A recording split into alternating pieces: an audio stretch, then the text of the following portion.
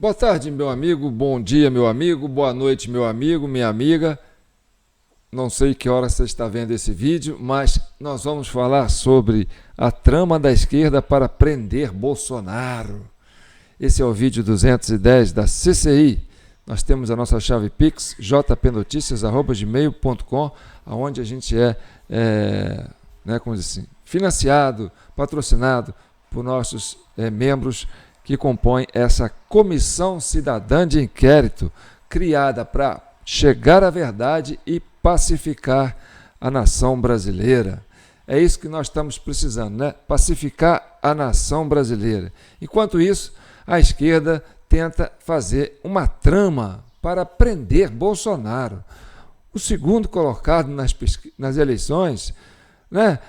Eu nunca vi isso, um governo que fica um ano, mais de um ano depois de eleito, quase um ano e meio depois de eleito, perseguir o seu, o candidato derrotado.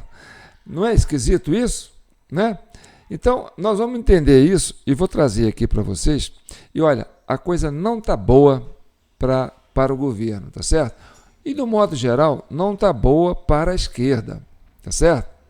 Olha, o desgaste do governo é algo assustador, tá certo? E que está deixando o pessoal em pânico. Esse índice de reprovação do governo Lula é algo surreal. Parece que é inédito. Embora os índices de pesquisa tentem colocar, passar um pano aí, mas a gente sabe como é que funciona os índices de pesquisa. Mas vamos entender a trama da esquerda para prender Bolsonaro. E aí, a gente dá umas pesquisadas aí nos sites de esquerda, e eu fui no UOL, com licença das imagens aí, eu vou repetir um recorte aqui, que vai dar para ideia de você, vai te dar uma ideia do desespero, que a esquerda tem sobre a presença do Bolsonaro no cenário político.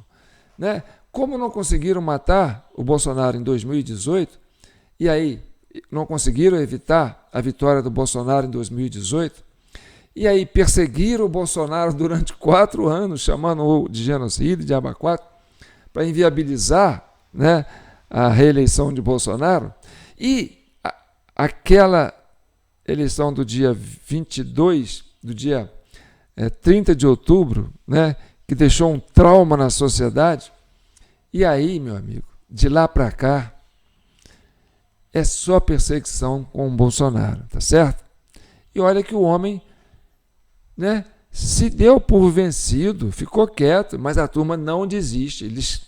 A existência de Bolsonaro é um tumor para a esquerda do Brasil, tá certo? Vamos mostrar isso aqui, tá certo? Porque, na verdade, o que aconteceu é o seguinte: o Bolsonaro, sabe, ele se deu por vencido? Não. Ele ganhou, mas não levou. Ele sabe disso. Eu ganhei, mas não levei. Tá certo? E o governo, sabendo disso, persegue o cara, porque sabe, eu estou perseguindo o cara que ganhou, então eu não posso deixar que ele sobreviva politicamente, porque eu sei que eu não consegui derrotá-lo. Essa é a interpretação que a maioria da população tem. E isso está assim, cristalino. Assim como a população também entende que o 8 de janeiro foi obra e arte do próprio governo. E vocês, por mais que vocês tentam convencer a sociedade que isso não é verdade, é impossível, porque a sociedade brasileira já formou convicção a esse respeito, porque o governo não conseguiu apresentar provas que apontasse para outro caminho que não fosse o próprio governo.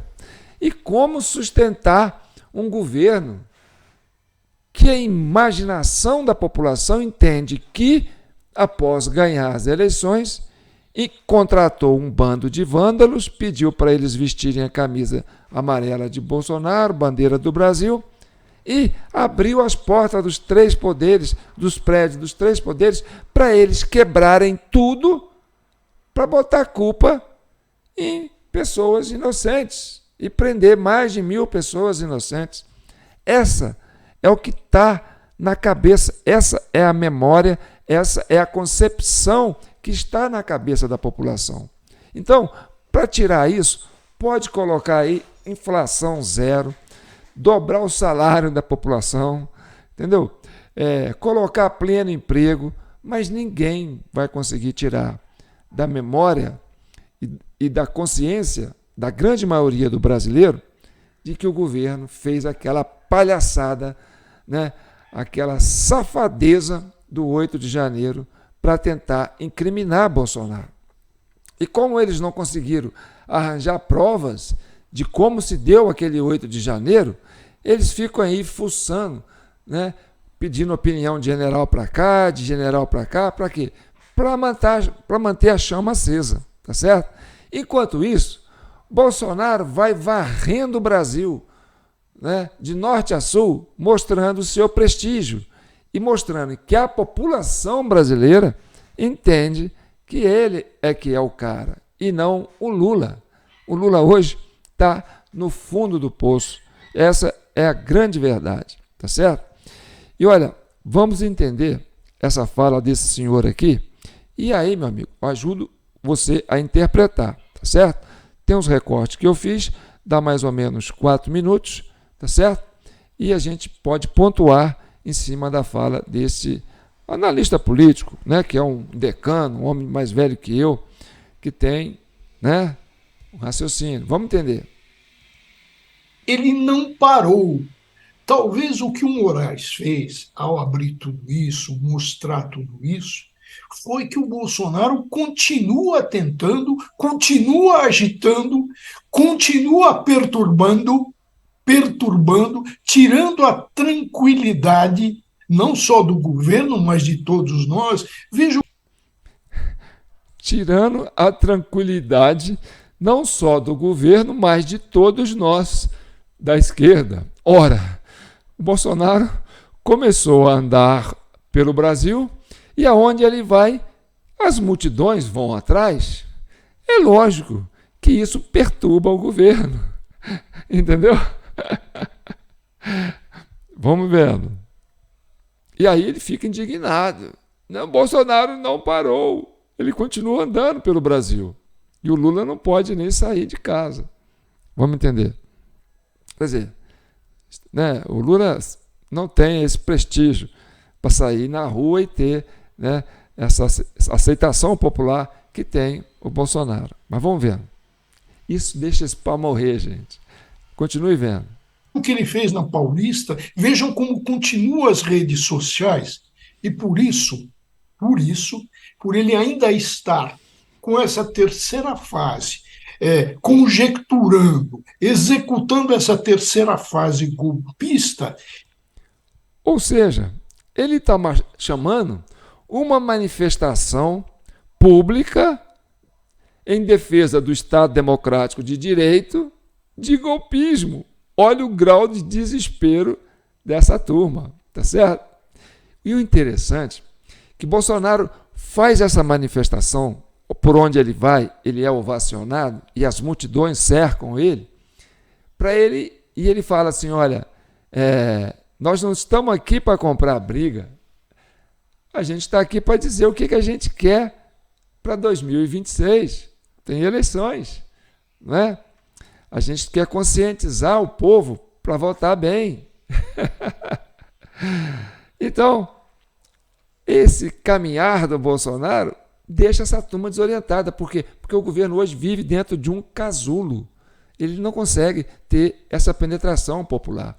Então, quando tem um pronunciamento assim, com plateia, é uma plateia selecionada, controlada, as pessoas que vão perguntar são controladas. Teve uma vez que uma jornalista foi perguntar sobre o que o Lula achou da manifestação, né? Ela foi vaiada pelos outros repórteres, né? da mídia, dos consórcios de mídia. É complicado a situação do governo. Por isso que eu falo, o governo Lula está no fundo do poço. Vamos continuar entendendo a fala desse senhor. O nome dele é Walter Maierovitch. Parece nome russo, né? Ou alemão, não sei. Mas vamos lá. eu acho que diante desses documentos todos, agora, atenção, agora existe motivo para a prisão preventiva do Bolsonaro, por quê? Para a garantia da ordem pública. Ó, o Bolsonaro hoje é que está botando desordem na rua. Né? O cara está viajando. Então, a desordem pública está na cabeça da esquerda. A gente não consegue. Teve uma hora que um líder do MST foi dar uma entrevista para o UOL, né? Depois daquela manifestação do dia 25 de fevereiro.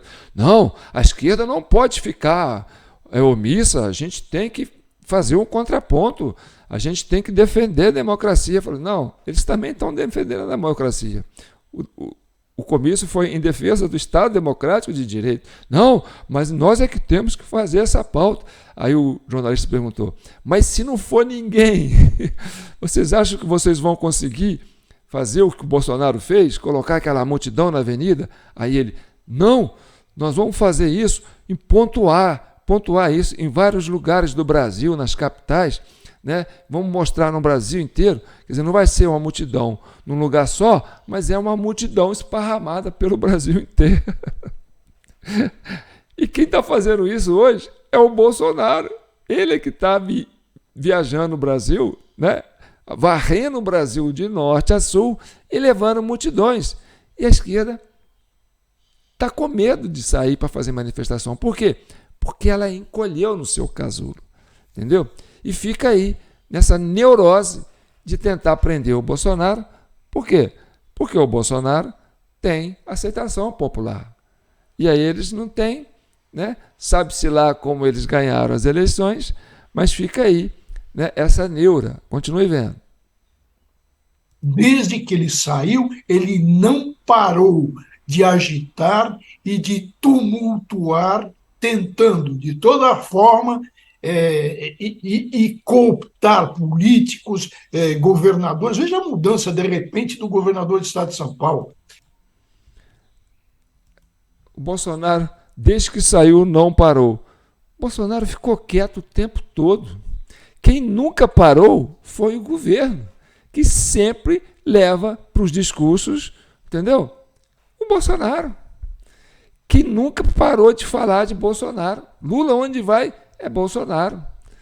Então, a mídia nunca esqueceu do Bolsonaro. Agora que o Bolsonaro, depois de um ano, começou a fazer aparição para o público, para o seu eleitorado, que era uma exigência do seu eleitorado. A gente quer que o nosso líder se manifeste, venha a público. Olha, nós estamos carentes da sua presença no cenário político.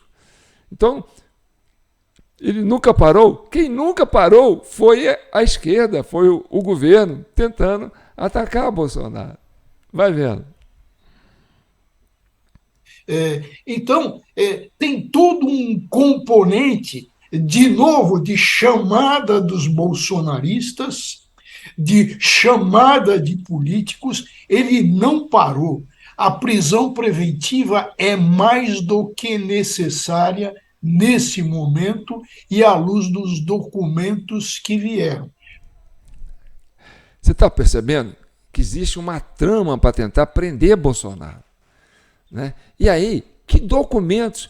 Nós estamos com mais de, você põe aí 1 ano, 12 meses, mais 2 meses de 2022, né? Isso depois do dia 30 de outubro, mas estamos no 3º mês de 2024, então você pode colocar aí 12 com mais 2, 14, 15, 16, nós estamos indo para o 17º mês, entendeu? E eles ficam assim, documentos para prender Bolsonaro, entendeu? Fica nessa narrativa esquisita, sem nexo, sem pé, sem cabeça, sem fundamento, para tentar tirar Bolsonaro de cena. Agora eles querem tirar o Bolsonaro das ruas. Por quê? Porque a esquerda, o político, o que eles mais têm medo é das ruas. O povo na rua, em ano de eleição, é um desastre para quem está contra esse projeto. Então, se o Bolsonaro viaja o Brasil e coloca a multidão na rua, é campanha para prefeito? Quem vai contra? Hein? Quem vai contra? É aí, meu amigo, eu te falo. O político, ele tem aquele senso de sobrevivência. Ele fala, eu não posso ir contra a vontade do povo, porque a voz do povo é a voz de Deus. E é com o povo que eu me elejo, ainda que eu não seja, ainda que eu não goste, ainda que eu não sou aliado, mas eu não posso ir contra. Tem que dar uma de Dória, tem que dar uma daquele governador do Rio de Janeiro que perdeu o mandato, né, de Whisky, sei lá o quê, né? Tem que dar uma de Joyce, tem que dar uma de Soraya Tronix, tem que dar uma de, né, aquele ator pornô, sei lá como é que ele chama, entendeu? Por quê? Porque senão não sobrevive. Hoje é quase, né, uma questão de sobrevivência política.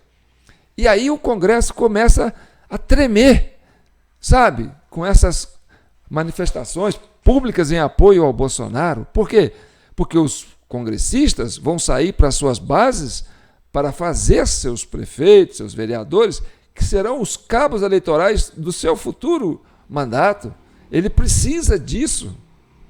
Então, esse terremoto que está acontecendo no Partido União, que está querendo se desprender da base do governo, entendeu? E a ação das comissões que são criadas, que já vai deixando o governo, né, desidratado, porque Nicolas na educação, né, e a Constituição, né, e a CCJ na mão de uma bolsonarista, como eles dizem, para eles é um desastre, entendeu? E a economia, eles acham que estão bem, né? Mas quem está indo no supermercado conhece a realidade. Mas vamos continuar assistindo a palavra desse decano, do qual eu tenho meu respeito, porque nós somos cabelo branco, você tem suas ideias, eu tenho as minhas, você se coloca e a gente traz o seu debate, o seu argumento aqui para a Comissão Cidadã de Inquérito. Então vamos continuar ouvindo aí o senhor Walter. Para a garantia da ordem pública. Nós temos agora uma terceira, que é o Bolsonaro não para. Há necessidade, portanto, sem ingressar no exame do mérito, do crime, não, da necessidade para a garantia da ordem pública e restabelecimento da tranquilidade social. Sem entrar no mérito do crime, não precisa ter crime não, só dele sair na rua, fazer, né, essa multidão, né, de pessoas irem ao encontro dele, perturba, mas perturba muito o governo, perturba a tranquilidade do governo.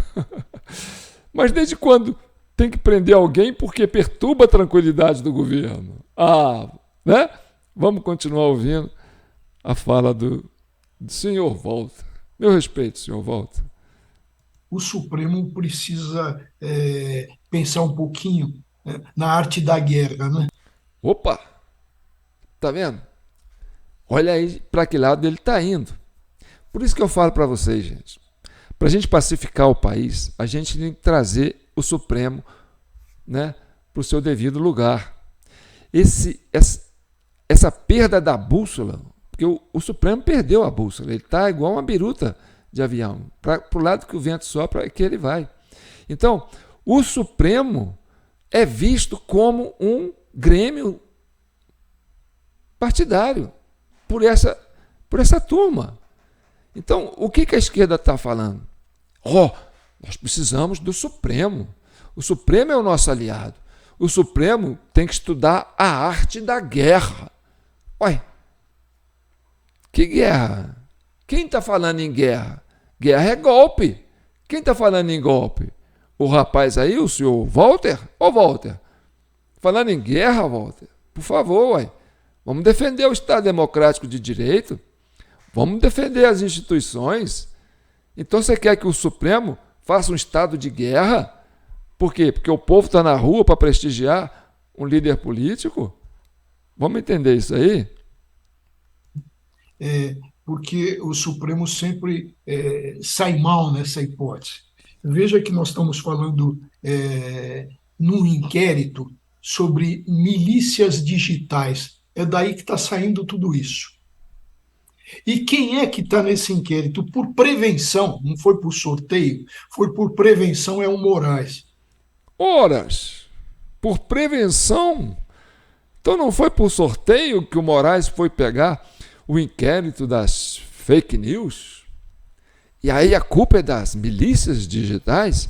Ou seja, se a maioria da população tem uma ideia a respeito do cenário político e a maioria da população tem rede social, se manifesta na rede social, e aí isso vira milícia digital. Você viu como é que ele fala com desprezo? Milícia digital. Ou seja, não são milícias digitais. É a população se manifestando. É a grande massa de brasileiros que já formaram uma opinião a respeito desse governo. Entendeu? A respeito do cenário político. E aí, Alexandre de Moraes. Então, foi por prevenção, não foi por sorteio. Mais uma vez, ele coloca o Supremo numa situação difícil. Ou seja, o Supremo parece que está dentro de uma trama para agredir o Estado Democrático de Direito. É isso, senhor Walter? Hein?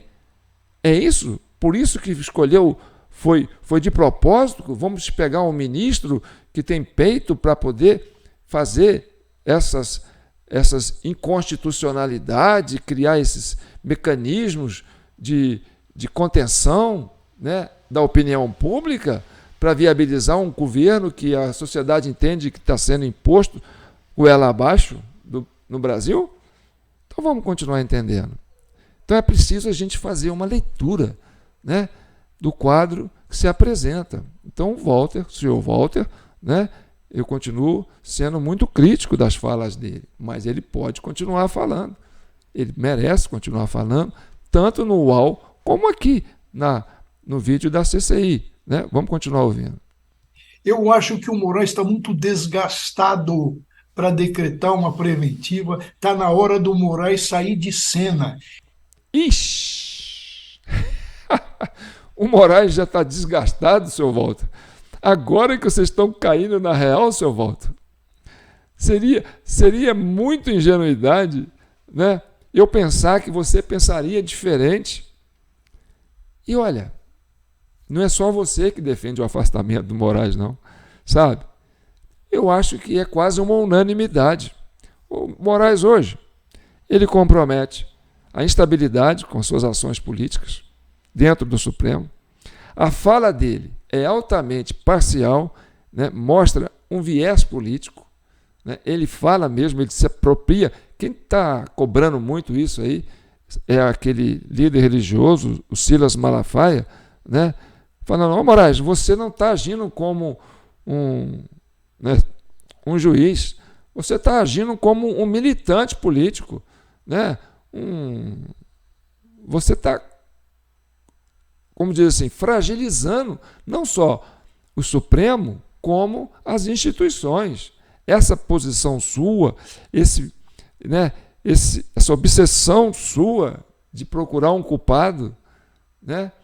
Que você sabe o que aconteceu no 8 de janeiro, a população sabe, mas você vai continuar insistindo nesse erro, porque se recuar, né, sabe o que acontece. Então, esse avanço do Alexandre de Moraes vai desgastando o Alexandre de Moraes a ponto de ser quase uma unanimidade, que o Alexandre de Moraes hoje não serve mais para fazer, né, um contraponto contra o quadro da direita. Por quê? Porque ele virou um homem parcial, um homem que não respeita o devido processo legal, está atropelando as coisas. É o maior cabo eleitoral da direita, chama Alexandre de Moraes. É o maior cabo eleitoral do Bolsonaro se chama Alexandre de Moraes, porque é ele que está dando, né, essa combustão que está alimentando a sociedade brasileira na defesa, né, da pauta de Bolsonaro. Por quê? Porque entende que isso é uma grande injustiça, né, e que estão abusando da mão, do processo legal, né, das instituições para perseguir um líder político. Vamos continuar entendendo. Vou repetir aqui, para vocês entenderem se não é isso. Não foi por sorteio, foi por prevenção, é o Moraes. Eu acho que o Moraes está muito desgastado para decretar uma preventiva. Está na hora do Moraes sair de cena. É difícil para um democrata e para um legalista, um constitucionalista, ainda. É difícil? Eu também acho, ô Walter, para um democrata, para um constitucionalista, para um legalista, continuar apostando no Alexandre de Moraes. Você concorda? Então, não tem como acreditar que essa ação do Alexandre de Moraes vai conseguir convencer um legalista, um constitucionalista, né, um democrata, porque nós sabemos que não tem nada disso na ação do Alexandre de Moraes, né? Mas vamos continuar assistindo o nosso querido amigo Walter. Pensar no Moraes. Não se trata de uma prisão preventiva de ofício pelo Moraes, o que ele pode fazer, mas não deve fazer. A necessidade de ter uma representação ou do Procurador-Geral da República. Quando eu falo de representação, é de uma provocação do Procurador-Geral da República ou do próprio delegado de polícia.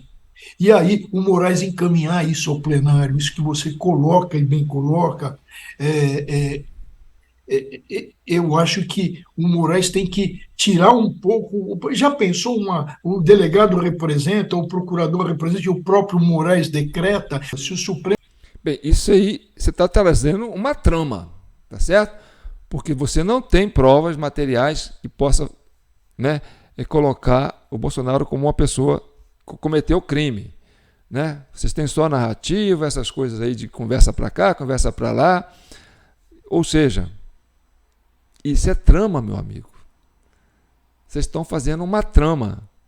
Isso vai contra a ideia de que a gente entende de democracia, de Estado democrático de direito.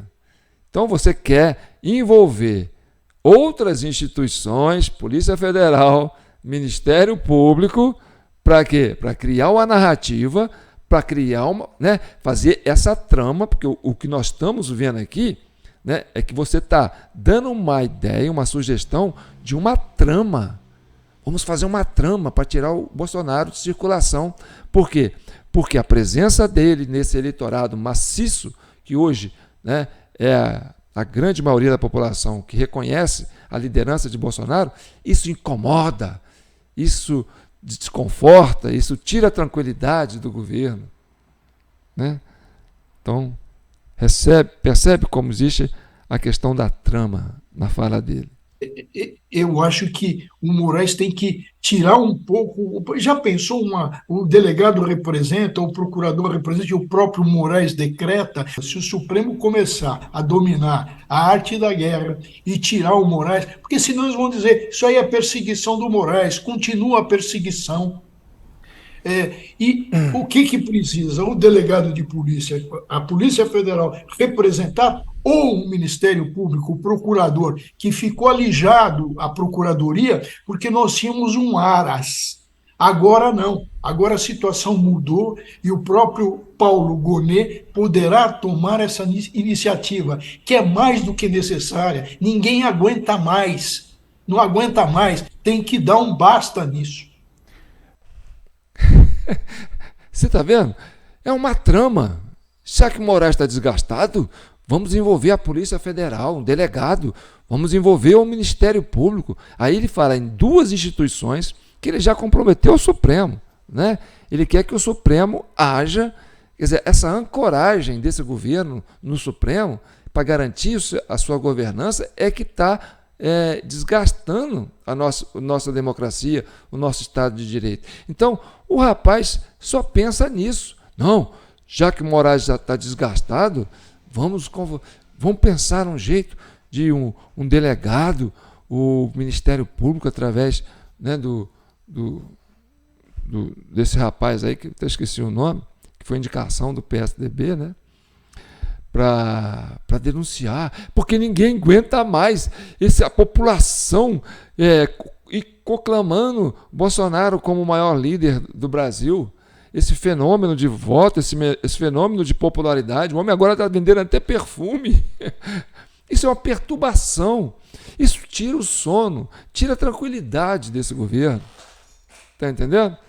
Por aí você vê o tamanho do problema que a esquerda tem e que esse governo tem, né? Então fica aí essa análise para vocês. Eu volto aí com mais um vídeo interessante sobre isso, né? Porque as razões da trama da esquerda para prender Bolsonaro não tem nada a ver com tentativa de golpe. Isso aí tudo é uma narrativa que eles estão criando porque está incomodando. A população, né, está se virando contra esse governo e entendendo, né, que a presença do Bolsonaro no cenário político é mais do que necessária. E aí, meu amigo, ano de eleição, campanha para prefeito, né? As capitais, por exemplo, né? São Paulo. São Paulo é o 5º maior colégio eleitoral do Brasil.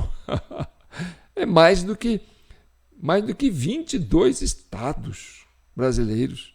Então, não é pouca coisa não. É a joia da coroa que está em jogo.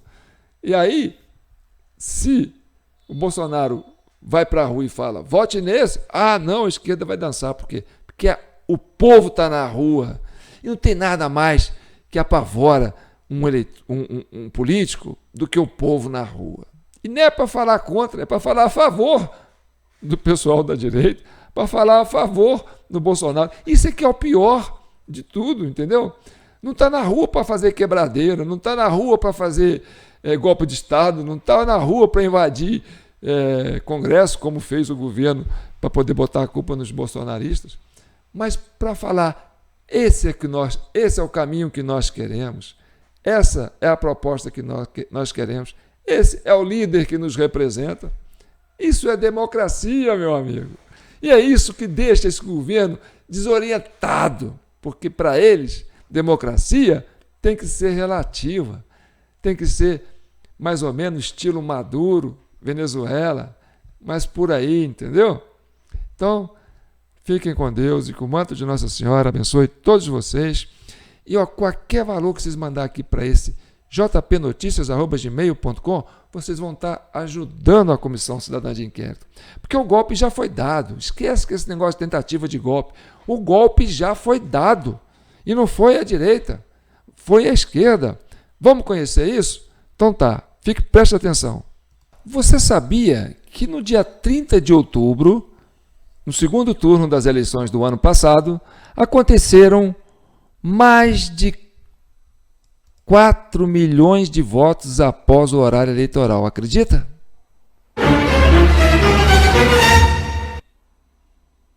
Nope.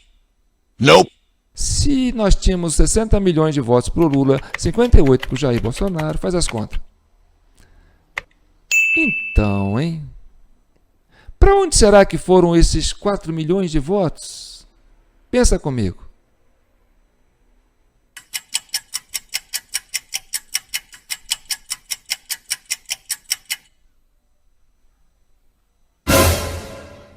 Gilmar Mendes, ministro do STF, o mais veterano, e explica esse negócio aí. Como é que vocês entendem que isso exista? O surgimento daquilo que na linguagem da justiça eleitoral se fala do mesário pianista. Como é que você descobriu esse negócio do mesário pianista, Gilmar Mendes? Fala aí para a nossa audiência. Esse mesmo eleitor que justificou a ausência tinha votado. Agora, Flávio Dino, você que está começando aí no STF, explica para a gente, é possível acontecer mais de 4 milhões de votos depois que encerra as votações, que fecha a zona eleitoral? O que acontece hoje? Das 5 horas da tarde, o mesário verifica lá em consórcio com os fiscais, verifica os eleitores que não compareceram, porque não foram, porque morreram, porque viajaram. Com o número do título, ele libera a urna eletrônica e vota quantas vezes ele quiser. Alexandre de Moraes, o que você tem para falar sobre isso? Só que isso não é problema da urna eletrônica, isso é problema da pessoa. Ah, entendi. Então o problema é da pessoa. Mas será possível que a gente pode auditar esse sistema eleitoral e descobrir para onde foram esses 4 milhões de votos que aconteceram após o fechamento das sessões eleitorais? Vamos consultar então o presidente do STF, Luiz Roberto Barroso. A urna possui um arquivo que é chamado de log da urna. Ele é igual à caixa preta de um avião, ou seja, registra todas as operações realizadas na urna. Horário em que foi ligada, horário em que o primeiro eleitor foi habilitado e assim sucessivamente até o momento em que ela for desligada. O log de cada urna é fornecido aos partidos políticos caso solicitem. E eles, de fato, acham coisas interessantes, porque agora tem transparência, que foi o avanço do TSE, o log está publicado, qualquer pessoa vai lá, baixa o log. Ô Barroso, é possível a gente auditar a urna eletrônica? Fala pra gente. O sistema é totalmente transparente e auditável do primeiro ao último momento. Ou seja, qualquer pessoa pode conferir tudo o que foi feito. Dentro dos programas da urna existe o registro do voto e é possível se fazer a auditoria. Toda a concepção da urna eletrônica foi acabar com a intervenção humana. A intervenção humana não deixa rastro, a intervenção tecnológica deixa rastro e é possível de ser auditado. Conseguimos concluir esta semana o relatório da Comissão Cidadã de Inquérito sobre a questão do mesário pianista. Então você passa o olho rapidinho para você ver.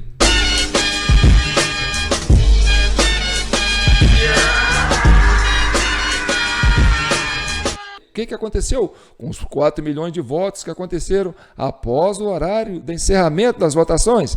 Pega o seu celular, envia o Pix para nossa chave jpnoticias@gmail.com.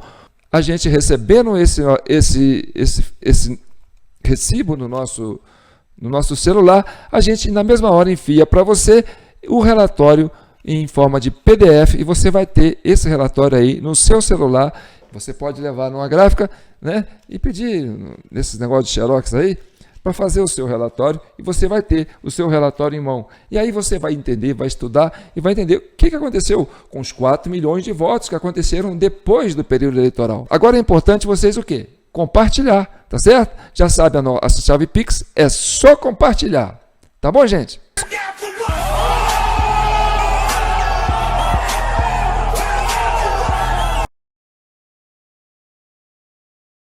Bem, já tem aí as informações como adquirir o nosso relatório, né? Esse relatório foi feito, né, com a participação de 1.000 internautas dessa comissão, porque a comissão foi criada para pacificar o país e chegar à verdade, tá certo?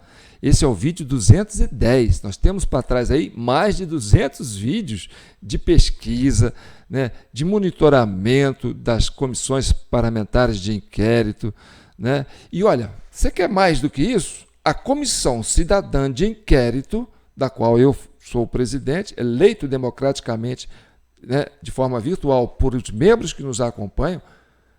Você quer mais respaldo do que isso? Nós estamos com respaldo de 5 ministros da Suprema Corte. Acabei de mostrar. Não sou eu que estou falando. É 5 ministros da Suprema Corte. Vou dizer o nome deles. Alexandre de Moraes, Flávio Dino, Barroso, Gilmar Mendes e Dias Toffoli. São nossos auxiliares. Não, a CCI não está aqui para falar besteira e falar abobrinha, não. Nós estamos respaldados, né, por, né, pesquisas e que nos levam a essa conclusão do mesário pianista, né, que é o termo forjado por Sua Excelência Ministro Gilmar Mendes, né? E estudamos todo o manual do mesário, que é grosso. Então, nós não estamos aqui para brincar em serviço. A sociedade brasileira não está para brincar em serviço. Né? A democracia não está para brincar em serviço. Então, qual que é a grande pergunta que fica e que talvez este relatório possa trazer essa resposta para você? Bem, se a diferença entre o voto de Bolsonaro com com Lula, né, ficou em torno de... Vamos voltar aqui, só esse pedacinho aqui, para vocês verem.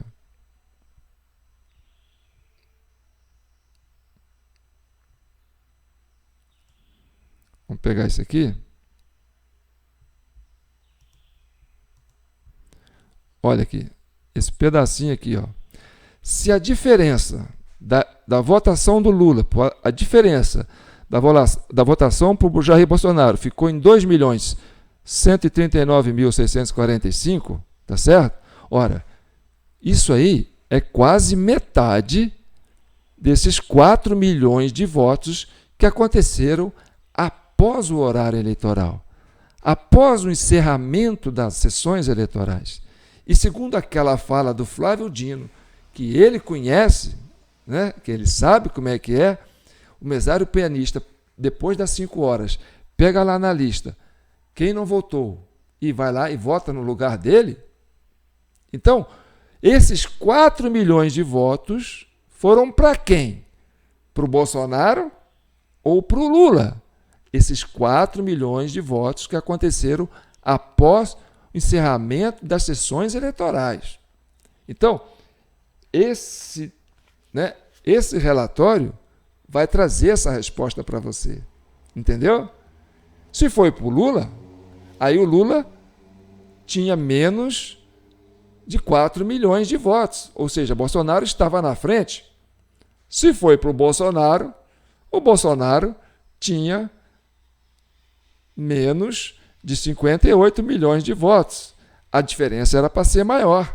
Será que esses votos foram distribuídos de forma homogênea ou foram para um candidato só? Tá? Então participe com a gente da Comissão Cidadã de Inquérito, adquira o nosso relatório e nos ajude a pacificar a nação brasileira. A gente quer responder para aquela massa de pessoas que ocuparam as ruas e as avenidas e depois foram para a frente dos quartéis, pedir esta resposta desta pergunta simples: para onde foram os 4 milhões de votos que aconteceram após o horário eleitoral, após o encerramento das sessões eleitorais? Depois que fechou a portinha, quem ficou com a urna? Quem botou os votos ali? Como isso se deu? Essa é a pergunta que o Brasil quer saber. E a gente tem esse relatório que pode te ajudar a ter essa resposta, tá certo? Fiquem com Deus e que o manto de Nossa Senhora abençoe e protejam todos vocês. Vamos pacificar esse país? Conto com vocês. Um abraço.